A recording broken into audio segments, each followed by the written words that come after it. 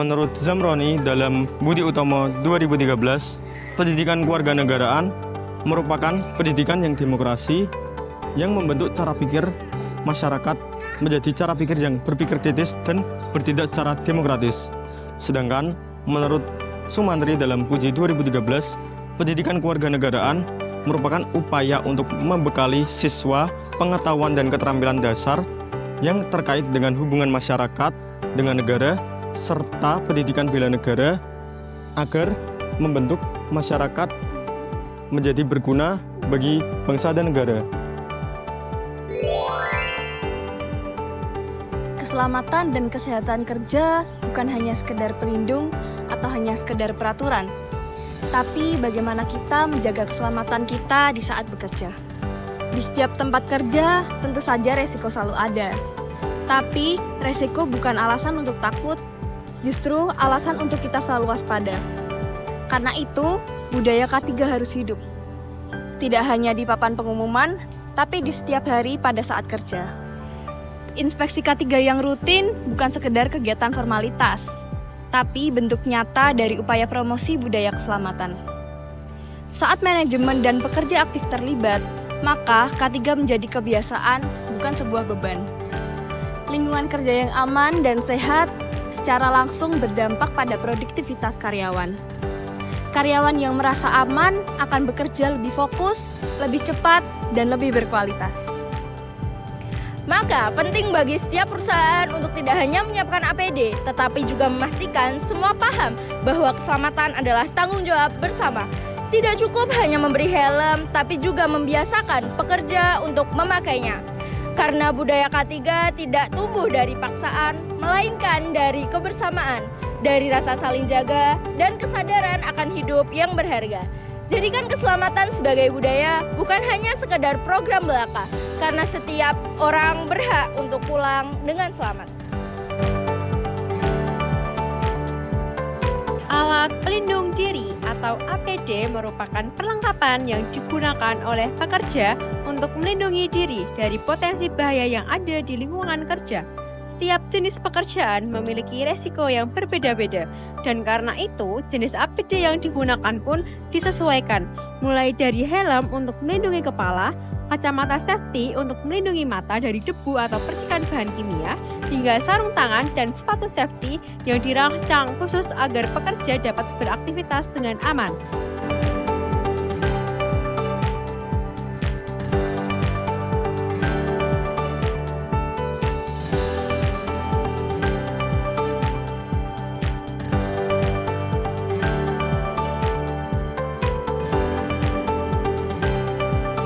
Penerapan penggunaan APD bukan hanya tanggung jawab pekerja, tetapi juga tanggung jawab manajemen untuk menyediakan APD yang sesuai standar dan memastikan semua karyawan memahami cara penggunaannya dengan benar.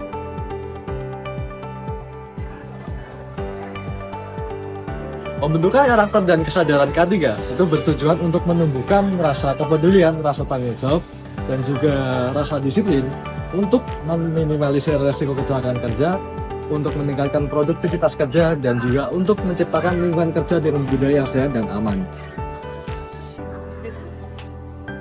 Ada beberapa faktor yang mempengaruhi kesadaran K3.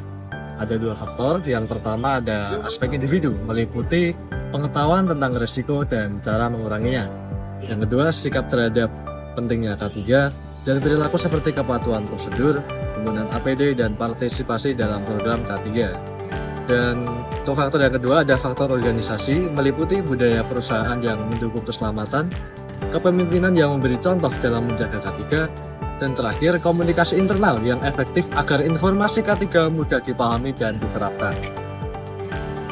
Untuk menciptakan kesadaran yang lebih tinggi tentang pentingnya K3 di lingkungan kerja, berikut ini ada beberapa cara atau strategi untuk meningkatkan kesadaran K3 di lingkungan kerja.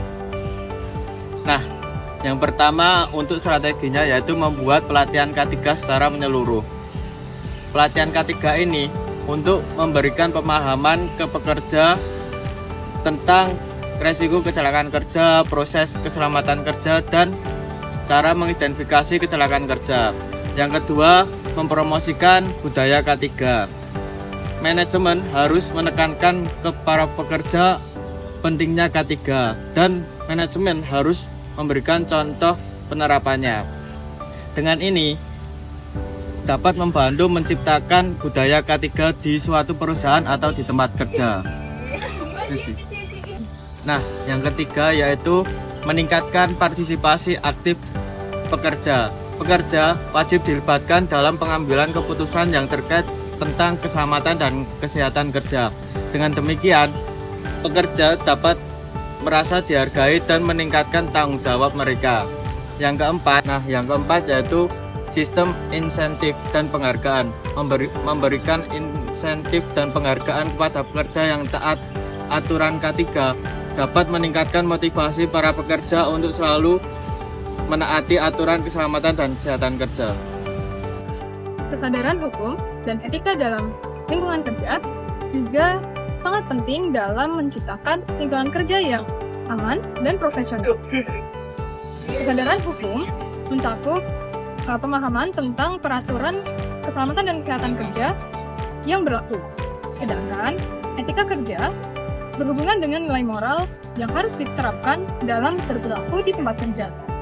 Pekerja diharapkan harus mematuhi peraturan keselamatan dan kesehatan kerja yang berlaku, tidak melakukan tindakan yang membahayakan diri sendiri dan orang lain, serta menjaga hubungan yang harmonis dan saling menghormati antar rekan kerja. Kewarganegaraan bukan hanya soal status formal, tetapi juga tentang kesadaran sosial dan tanggung jawab terhadap keselamatan dan kesehatan kerja di tempat kerja. Dalam konteks ini, kewarganegaraan mencakup beberapa nilai seperti gotong royong, solidaritas, dan tanggung jawab sosial. Pekerja yang memiliki kesadaran kewarganegaraan akan lebih aktif berpartisipasi dalam program K3 dan menjaga keselamatan diri sendiri dan orang lain. Mereka akan lebih peduli terhadap potensi bahaya dan mendukung penerapan prinsip-prinsip keselamatan di lingkungan kerja.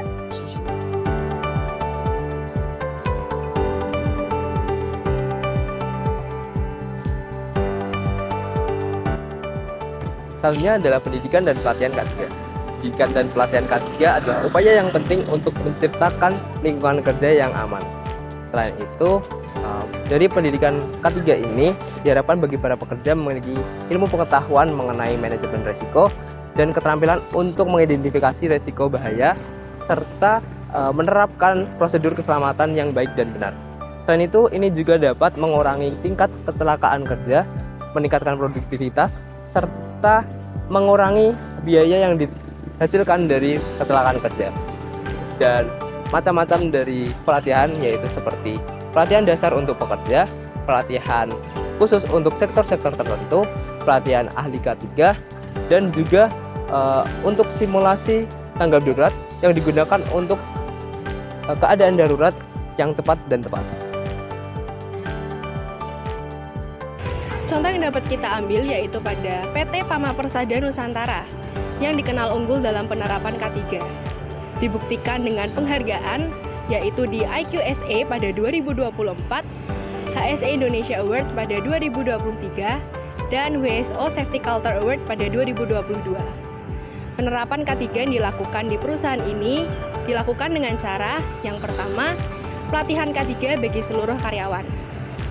Perusahaan ini mengadakan berbagai jenis pelatihan K3, misalnya pelatihan P3K, firefighting, rescue, keadaan darurat, dan lainnya.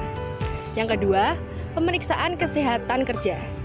Seluruh pekerja di PT ini diwajibkan untuk mengikuti pemeriksaan kesehatan kerja, baik pemeriksaan awal, berkala, maupun khusus. Yang ketiga, inovasi digital untuk K3. Perusahaan ini memiliki implementasi teknologi digital terkait K3 di perusahaan. Misalnya ada work readiness, aplikasi One Pama, dan yang lainnya. Dan yang terakhir, budaya dan kesadaran K3. Budaya K3 juga dibangun melalui prinsip safety beliefs, 6 PAS, serta ikrar keselamatan pertambangan dan lingkungan. Evaluasi kepatuhan terhadap regulasi serta tata kelola perusahaan yang baik juga sering dilakukan untuk menciptakan lingkungan kerja yang aman dan berkelanjutan. Keselamatan dan kesehatan kerja merupakan aspek yang tidak boleh diabaikan dalam dunia kerja. Pembentukan karakter dan kesadaran K3 yang kuat akan menciptakan lingkungan kerja yang lebih aman, produktif, dan juga harmonis. Untuk mencapai hal ini, diperlukan kerjasama antar individu, perusahaan, maupun masyarakat dalam menerapkan prosedur keselamatan yang efektif serta mengedepankan nilai-nilai etika dan kewarganegaraan. Dengan komitmen yang kuat, pelatihan yang tepat, serta budaya kerja yang mendukung keselamatan, kita dapat mengurangi potensi kecelakaan dan menciptakan lingkungan kerja yang lebih baik bagi semua pihak. Pagi itu seperti pagi biasanya, tapi di bengkel ini yang membuatnya istimewa adalah keberagaman orang-orang di dalamnya. Jangan aja lali lah ya risau pesenane ibuku. Yo Viv, ra mungkin masuk lali pesenane maratuaku. Ngawuri dong sing eling loh. Zalfa.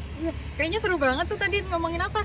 Aku nggak ngerti. Biasa Sel, ketemu orang kampung sendiri jadi ke bawah deh logat Jawanya. Tapi habis ini kita pakai bahasa Indonesia kok. Nah, iya, biar semua ngerti kan kita satu kerjaan. Iya, santai aja sih guys, tapi nggak apa-apa. Aku seneng kok malahan belajar bahasa baru gitu kan. Tapi seneng juga sih kalau kita bisa saling ngerti. Iya, betul. Kalian pada udah sarapan belum? Belum nih. Gimana kalau kita habisin sarapan dulu? Boleh Atau yuk. sebelum kita kerja? Ya, boleh. Yuk.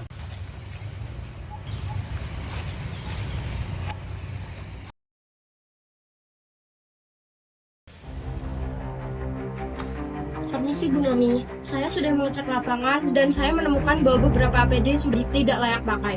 Helm sudah rusak, rompi sudah tidak reflektif lagi, dan saya juga menemukan bahwa sepatu solnya sudah mulai lepas Bu. Ah, masih bisa dipakai itu Bu. Namanya juga bengkel, ya wajar lah barangnya cepat rusak. Tapi ini sudah bukan perkara rusak lagi Bu, tapi ini sudah tidak layak pakai. Jika terjadi kecelakaan, perusahaan juga yang kena Bu. Ya kita realistis aja ya Bu. Kalau kita beli APD baru pasti butuh biaya. Selama belum ada kecelakaan menurut saya masih aman lah. Justru tugas kita adalah untuk mencegah terjadinya kecelakaan Bu. Jika kita menunggu terjadinya kecelakaan baru kita memperbaiki, kita gagal Bu sebagai pengelola keselamatan. Ya nanti saya pikirkan Ibu. Semangat pagi! Pagi, luar biasa! Selamat pagi semuanya. Sebelum kita melakukan pekerjaan, kita safety talk terlebih dahulu ya. Saya tahu bahwa beberapa dari kalian pasti sudah mengetahui bahwa beberapa APD dari kami sudah tidak layak. Dan saya mohon maaf akan hal tersebut. Kami sudah dalam proses pergantian APD yang lebih baik. Namun hal itu tidak menjadi alasan untuk kita mengabaikan APD yang masih layak. Pakai APD yang memang masih layak dengan benar, dan jika ada yang bermasalah langsung laporkan ke saya. Jangan didiamkan ya. Minimal helm dan sepatu dipakai, nggak ada tawar-menawar, iya kan Bu? Tuh, jika kalian melihat APD yang rusak, silahkan langsung lapor ke saya atau ke Bu Dinda. Saya tidak bisa berjanji bahwa APD baru akan langsung datang besok. Tetapi saya berjanji bahwa keluhan yang rekan-rekan ajukan ke saya akan langsung saya teruskan. Terima kasih Bu Dinda, jujur di tempat kerja saya baru merasa ada yang benar-benar peduli dengan keselamatan kita. Kita bukan cuma teknisi, namun kita adalah penjaga satu sama lain. Sekian sesi talk pada pagi hari ini. Semangat ya rekan-rekan.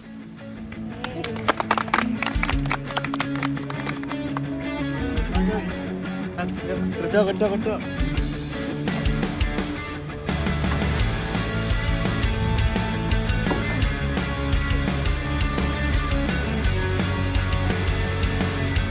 Zal, kayak gini terus, kerja jadi enak ya, aman terus tenang.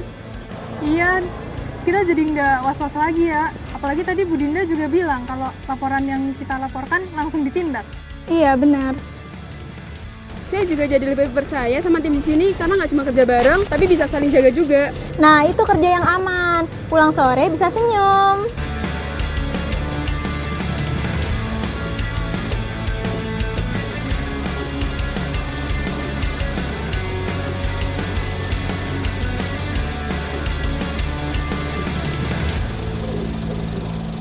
Guys, udah jam 12 ya, waktunya istirahat makan ya. Oh iya, bener banget, aku sampai lupa. Makasih loh Yus, malah kamu yang paling ingat. Dikasih tahu begini rasanya jadi adem. Ya walaupun aku non muslim ya aku tahu lah ya kayak gitu. Dan kalau nggak diingetin kalian malah kesal terus nanti. Nah, ini baru namanya tim solid, walaupun beda keyakinan, tapi tetap saling menjaga dan saling mengingatkan. Ki, matiin dulu mesin mobilnya, kita istirahat dulu yuk. Oke Zil, aku matiin dulu ya. Dan hari itu, yang mengingatkan waktu sholat bukanlah yang biasa menunaikannya, tapi dari sahabat kerja yang berbeda keyakinan. Karena mereka tahu, keselamatan di tempat kerja bukan cuma soal APD, tapi juga soal hati yang saling menjaga. Kadang, kecelakaan tidak datang karena alat rusak, tapi karena tubuh yang lelah dan rasa sungkan untuk berkata jujur pada diri sendiri. Fit, lagi ngapain, Fit? Lagi mau ngedongkrak mobil, Man. Kamu kok pucet? Enggak kok, ini cuma panas saja, nanti juga udah selesai habis ini kok. Ya udah, nanti kalau mau istirahat langsung ke bengkel aja. Duluan ya. Ya.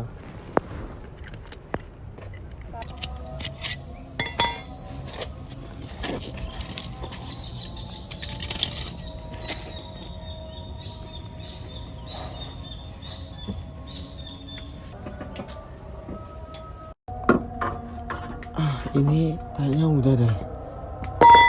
Sama yang ini deh belum. Ini apa ya? Kok kayak ngelimpet gitu. Aduh, tolong. Fit, kamu kenapa? Tolong, Mas. Tolong. Ambil bunyinya. Ambil bunyinya.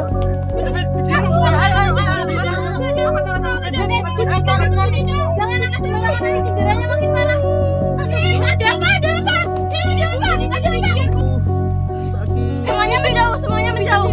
Beri ruang napas. Siapa yang lihat kejadiannya? Saya, Bu, tadi yang tahu kejadiannya. Ya katanya kecapean, tapi ya maksa terus buat kerja. Oke, Vidya, kamu dengerin saya ya. Kita pasti akan bantu. Ambil tandu dan juga panggil tim medis. Tandu, tolong tandu. Kita ada kecelakaan di sana. Minggir. Awas hati-hati. Bisa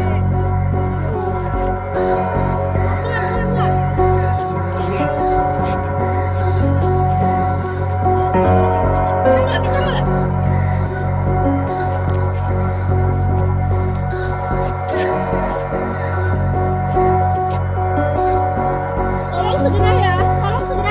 Iya, ini kita sudah menuju ke sana. Hari ini kita belajar satu hal, bahwa bekerja tanpa mengenal istirahat bukanlah sebuah semangat, namun adalah sebuah bahaya. Kita semua harus berani ngomong, saya butuh air, saya capek, saya pusing. Kalian semua harus berani ngomong kayak gitu. Kalau aja saya bisa berhentiin dia tadi. Kamu sudah mencoba. Memang budaya kerja kita masih seperti ini. Kita harus mengubahnya. Kalau memang tubuh kita sudah tidak kuat untuk bekerja lagi, segera bilang kalau memang tidak kuat. Perusahaan bisa diganti, alat bisa diganti, tapi nyawa cuma satu. Tidak semua kecelakaan datang dari kelalaian besar. Kadang, hanya karena satu tegukan air yang tertunda, satu kata lelah yang tidak terucap, namun itulah pentingnya peduli. Karena keselamatan bukan milik pribadi, tapi milik kita semua. Hari ini saya tidak akan berbicara panjang lebar tentang prosedur pekerjaan. Kemarin, teman kita hampir saja meninggalkan kita karena kita teledor dan saling memaksakan satu sama lain. Sampai lupa bahwa tubuh kita juga butuh istirahat. Saya ingin kalian tahu bahwa APD, rambu, dan free briefing itu hanya alat. Yang paling utama adalah keselamatan kerja kalian. Jika kalian merasa capek, merasa pusing, itu bilang. Kalau kalian melihat teman kalian kelelahan, tolong diingatkan. Karena keselamatan bukan hanya urusan HSE, itu urusan kita semua. Mulai hari ini, saya tidak ingin dengar lagi kalian bilang malu, bilang capek. Karena itu penting, kalian butuh istirahat. Karena yang paling kuat adalah yang tahu kapan harus berhenti. Keselamatan bukan hanya soal prosedur, tapi cara kita untuk menghargai hidup dan cara kita juga untuk menghargai satu sama lain. Dan pagi itu bukan hanya suara mesin yang kembali terdengar, tapi juga suara hati yang mulai saling menjaga. Karena pekerjaan bisa selesai, tapi hidup harus tetap selamat.